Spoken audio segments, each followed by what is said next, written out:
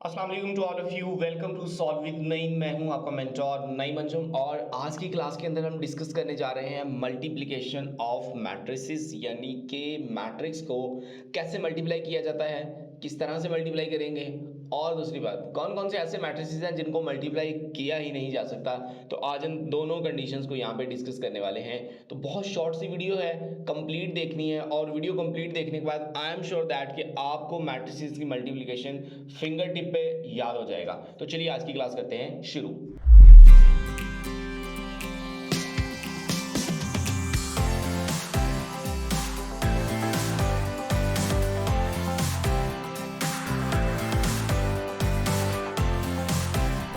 यहाँ पर हमने दो मैट्रिक्स अज्यूम कर लिए हैं जी।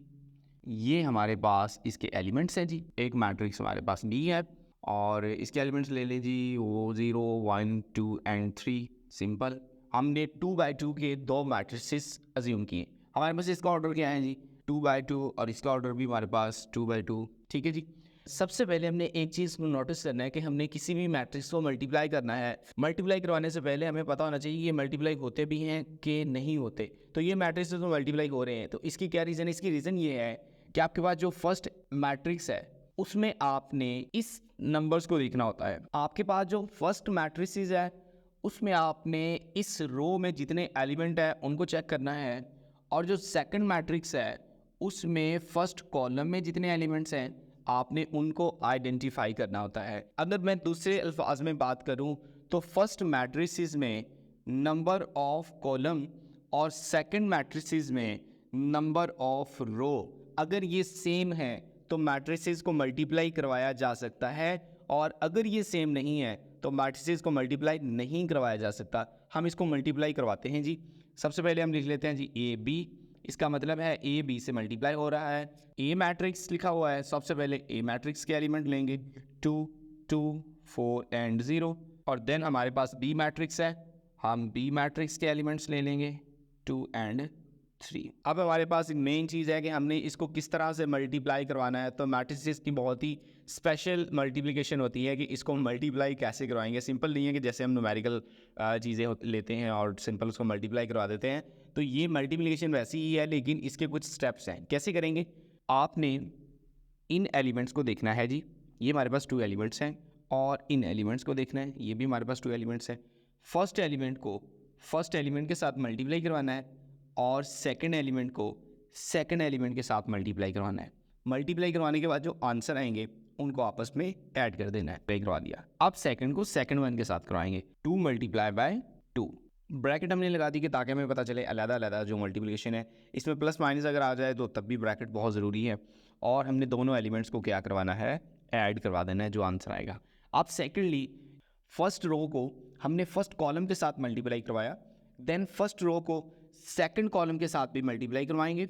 और अगर इस मैट्रिसेस में मल्टीपल कॉलम्स हों तो जितने भी कॉलम होंगे इस फर्स्ट रो को हर कॉलम के साथ मल्टीप्लाई करवाया जाएगा। ठीक है। अब हमने सेकंड कॉलम के साथ मल्टीप्लाई करवाना है।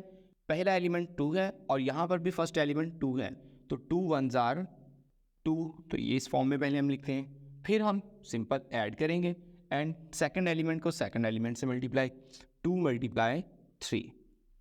तो ये हमारे पास यहाँ तक दो एलिमेंट्स को हमने मल्टीप्लाई करवा दिया, दो कॉलम के साथ एक रो को। तो यहाँ हमने इस रो को दोनों ही कॉलम के साथ मल्टीप्लाई करवा के लिख दिया। फर्दर कोई कॉलम नहीं था तो इस वजह से ये नंबर यहाँ तक रुक गए। अब हमने क्या करना है, ये हमारे पास सेकंड रो है। आपने इस सेकंड रो को भी हर एलिमेंट के साथ उसी सीक्वेंस उसी पैटर्न को फॉलो करते हुए मल्टीप्लिकेशन करवानी है। देखिएगा, फर्स्ट एलिमेंट को फर्स्ट एलिमेंट के साथ मल्टीप्लिकेशन, सेकंड एलिमेंट को सेकंड एलिमेंट के साथ मल्टीप्लाई करवाएंगे। 4 multiply 0 into plus and 0 multiply 2। I hope so आपको समझ आ गई होगी। अब क्या करना है, हमने फर्स्ट एलिमेंट एंड अब सेकंड कॉलम जो है उसके फर्स्ट एलिमेंट के साथ मल्टीप्लाई करवाया जाएगा। 4 मल्टीप्लाई 1 प्लस सेकंड एलिमेंट को सेकंड एलिमेंट के साथ 0 मल्टीप्लाई 3। तो ये हमारी मल्टीप्लिकेशन हो गई। अब हम जस्ट इसको सिंप्लीफाई करेंगे। तो देखते हैं सिंप्लीफाई करके आंसर क्या आएगा हमारे पास। बच्चों ये हमारे पास आ जाएगा जी 2 0s are 0 and 2 2s are 4।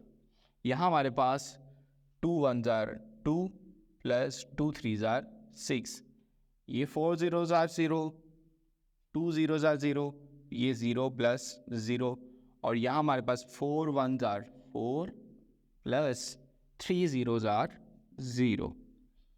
अब इसको सिंपल ऐड कर दें, यहाँ हमारे पास 4, ये हमारे पास 8, ये हमारे पास 0 रहा और ये हमारे पास 4 बन गया। अब ये ना कहना कि ये भी मल्टीप्लिकेशन जो की ना ये एडिशन है ये कैसे आ गई, तो यार ये सिर्फ और सिर्फ बिल्कुल जैसे कि कह लेना नर्सरी प्रेप वाले बच्चे हैं, काम वही है, लेकिन इसमें जो ट्रिक्स हैं, इसमें जो मेथड है वो हमारे पास ये है जी। तो चलिए अभी हम एक ऐसी एग्जांपल लेते हैं जहां पर इस क्वेश्चन से आपको समझ आ जाएगा कि कब कब मैट्रिक्स की मल्टीप्लिकेशन पॉसिबल है और कब कब कौन कौन सी कंडीशन में पॉसिबल ही नहीं है। तो हमारे पास फर्स्ट क्वेश्चन है 0 1 2 3, एक मैट्रिक्स कोई सा भी ले लिया, हमारे पास एक मैट्रिक्स है B और यहाँ इसके एलिमेंट्स हैं 1 and 2 ओनली। सबसे पहले आपने क्या चीज़ चेक करनी होती है, इनका ऑर्डर लिखते हैं सबसे पहले। तो हमारे पास इसका ऑर्डर बनेगा 2/2 यानी 2 क्रॉस 2, और यहाँ इसका ऑर्डर है 2 क्रॉस 1 जी। मल्टीप्लिकेशन करवाने से पहले अगर हमें ये कहा गया है कि आपने A को मल्टीप्लाई करवाना है B के साथ, यहाँ अगर आपने A को B से मल्टीप्लाई करवाना है, और यहाँ इसका क्या मतलब बन रहा है कि A आपका फर्स्ट मैट्रिक्स और B आपका यहाँ पर सेकंड मैट्रिक्स रहेगा। तो फर्स्ट मैट्रिक्स में आपने नंबर ऑफ कॉलम को देखना है और सेकंड मैट्रिक्स में आपने नंबर ऑफ रो को चेक करना है। अगर ये दोनों सेम हैं तो मल्टीप्लिकेशन पॉसिबल है, और अगर ये सेम नहीं है तो मल्टीप्लाई नहीं करवाया जा सकता, चाहे और कुछ करवाया जाए या ना करवाया जाए। तो यहाँ इन दोनों नंबर्स को, ये 7 7 वाले जो बंदे हैं ना, इनका सेम होना बहुत ज़रूरी है, ठीक है। A और B को मल्टीप्लाई करवाया जा सकता है, तो इसको मल्टीप्लाई करवाएंगे, हमारे पास कोई आंसर आएगा।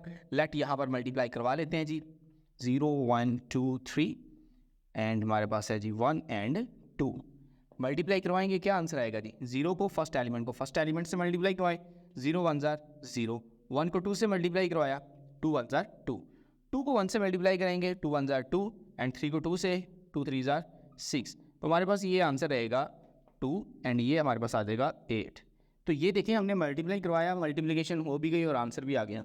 अब यहाँ पर हमारे पास एक क्वेश्चन ये है कि आपने अब की बार B को पहले रखना है और A मैट्रिक्स को बाद में रखना है। तो B मैट्रिक्स को फर्स्ट आप ले ले 1 and 2 और A मैट्रिक्स को बाद में रख लेते हैं।